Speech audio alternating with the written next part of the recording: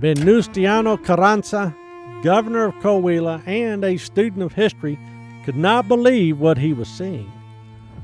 He feared that Mexico had plunged in to a new age of caudillos. He feared feuding warlords would fight each other over control of the government. Carranza wanted to restore the Constitution of 1857, created in the age of Benito Juarez, and to erase all the brutality of the last half-century. To bring about his vision, Carranza created the Constitutionalist Army to fight against General Victoriano Huerta and his federales.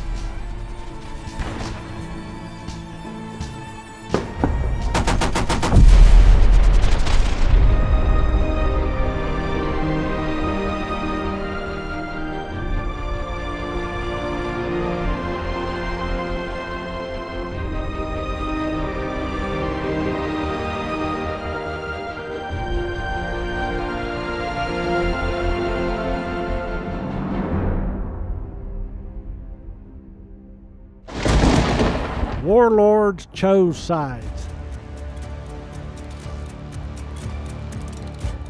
Pascual Orozco left Los Angeles and rebuilt his Red Flag Army in Chihuahua.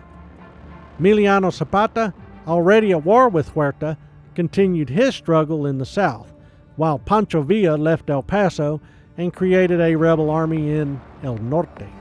Newcomer Alvaro Obregón, a former schoolteacher, led Constitutionalist forces in Sonora.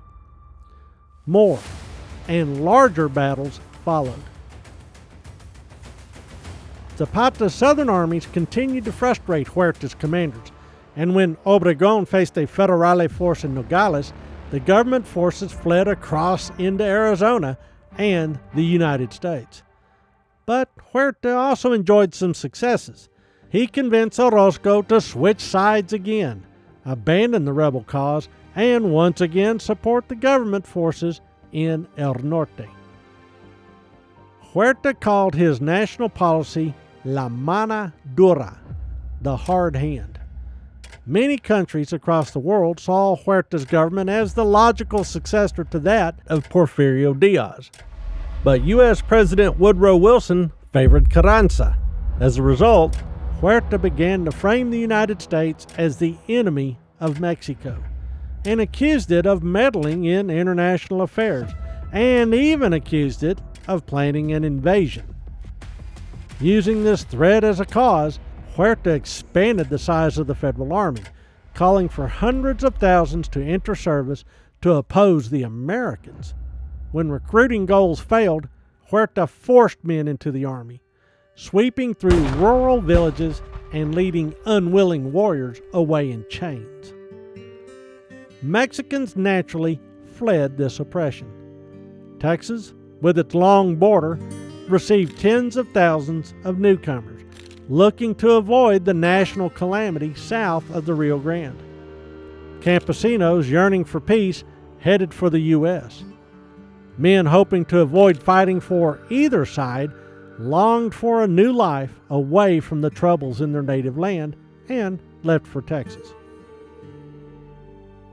In January 1914, Pancho Villa and his army drove the Federales out of Chihuahua and trapped the turncoat Orozco and his troops at Ojinaga.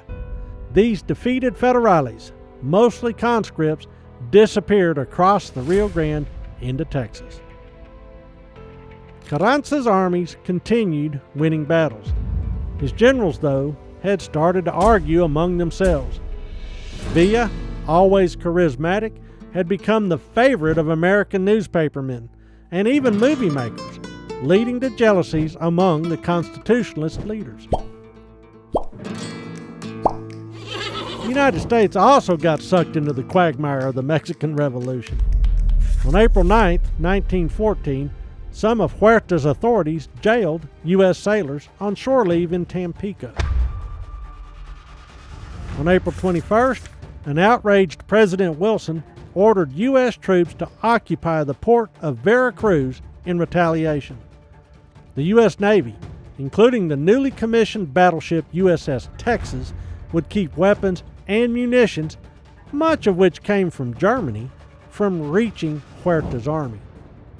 This American blockade did not sit well with most Mexicans, no matter if they supported Huerta or Carranza.